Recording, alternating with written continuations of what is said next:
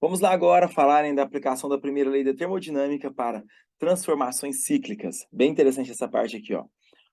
Primeiro, o que é uma transformação cíclica? Transformação cíclica é aquela em que o gás retorna para o seu estado inicial, né? Então, para entender bem isso aqui, a melhor representação é através de um gráfico. Então, dá uma analisada no gráfico aqui, ó, pressão por volume, né? Então, tem um gás aqui e no final ele acabou voltando para o seu estado, né, inicial, para onde estava. Então, eu quero que você perceba o seguinte. Imagina uma isoterma aqui, ó. Isoterma é aquela hipérbole, viu, gente? Onde a temperatura é constante. Ele saiu de uma temperatura e voltou para a mesma temperatura. Então, não teve variação da energia interna.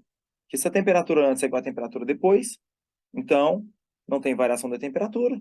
Não tem também variação da energia interna após o ciclo completo. Então, a variação da energia interna do ciclo é igual a zero. Então, deixei tudo anotado aqui, ó.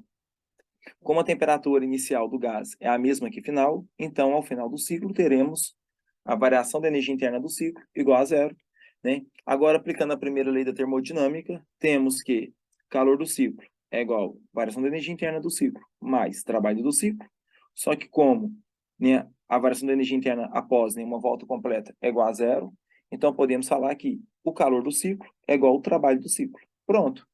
Então, o que acontece com o calor, acontece com o trabalho, né, numa transformação cíclica. Por exemplo, se o calor é positivo, o trabalho é positivo. Se o calor é negativo, o trabalho é negativo. Então, andam juntos. Então, entenderam? Então, essa é a ideia que eu quero que você tenha para transformações cíclicas.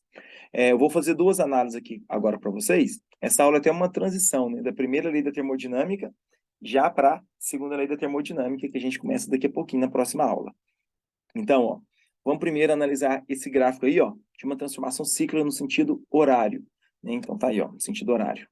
Então isso aqui é para ajudar você a fazer questões relacionando gráficos, né? Pode ser que o Enem cobre alguma questão envolvendo gráficos, sem saber interpretar o gráfico, saber o que acontece com cada trechinho ali, né, da transformação.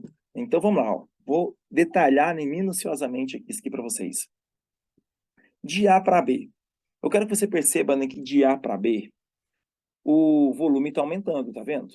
Se o volume aumenta, o trabalho é positivo. Então, pronto, o trabalho é positivo.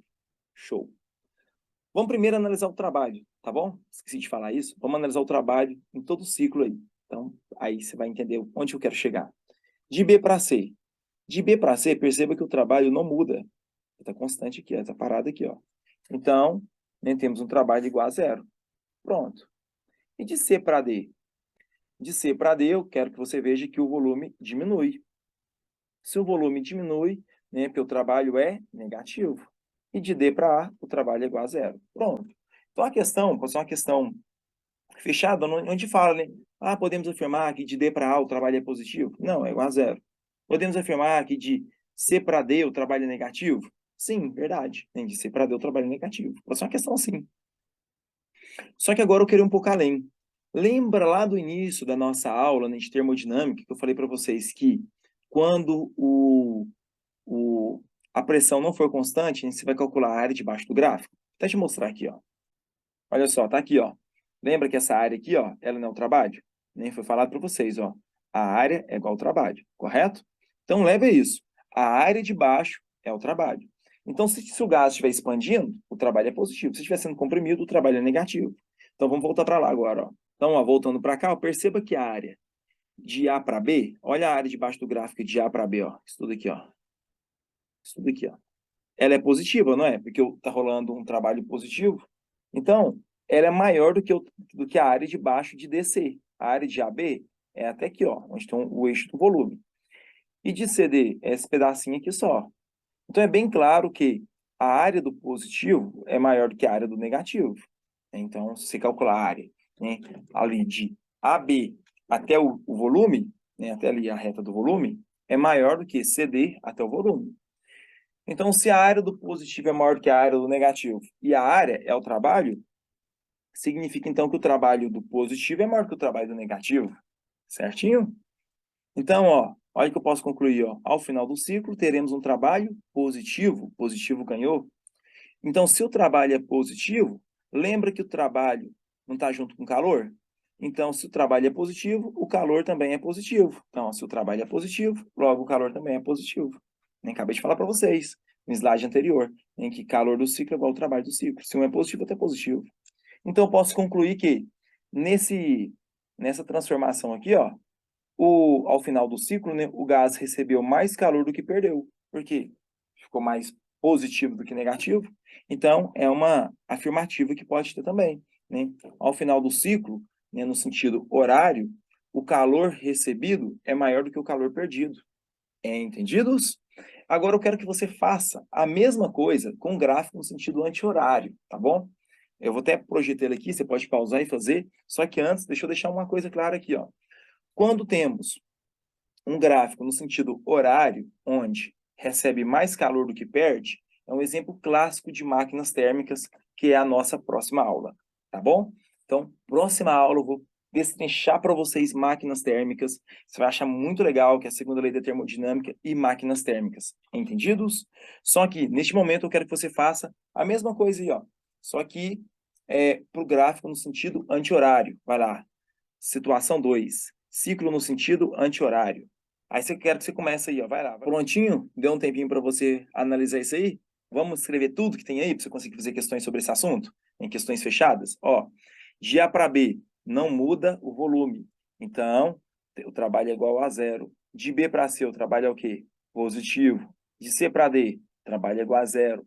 De D para A, o trabalho é negativo. Agora, qual área que é maior? Ali debaixo do gráfico ali, ó, qual área que é maior? O do negativo ou do positivo? Ó, o negativo é isso tudo aqui, ó. Ó, o do negativo, do positivo, esse pedacinho aqui de baixo, correto? Então, ó, essa área aqui, ó, onde eu estou passando com o mouse aqui, ó, é maior do que essa aqui, ó, de baixo. Então, a área do negativo é maior que a área do positivo. Logo, o trabalho do negativo é maior do que o trabalho do positivo, né? Então, ao final do ciclo, temos um trabalho negativo. Como a gente viu, né, calor é igual ao trabalho, aqui quando tem transformações cíclicas. Então, eu posso afirmar que, se o trabalho é negativo, o calor também é negativo. Então, nesse caso aqui, ó, o sistema, ele ganhou mais calor ou perdeu mais calor? Pensa aí. Se o calor é negativo, no sistema aqui, ele ganhou mais calor ou perdeu mais calor? Resposta, perdeu mais calor, correto? Então, a conclusão, no final do ciclo, o gás perdeu mais calor do que recebeu. Então, o sistema acabou esfriando. Se o sistema acabou resfriando, esse aqui é um gráfico que representa um refrigerador. Um exemplo clássico de refrigeradores, que vai ser a nossa aula depois de máquinas térmicas. Depois de máquinas térmicas, vamos ter uma aula de refrigeradores, que é o finalzinho de termodinâmica. Entendidos? Então, essa aula mesmo aí é para te mostrar esses gráficos, né? E já fazer a pontezinha, né? Para começar a próxima aula, que é a segunda lei da termodinâmica e máquinas térmicas. Partiu? Até!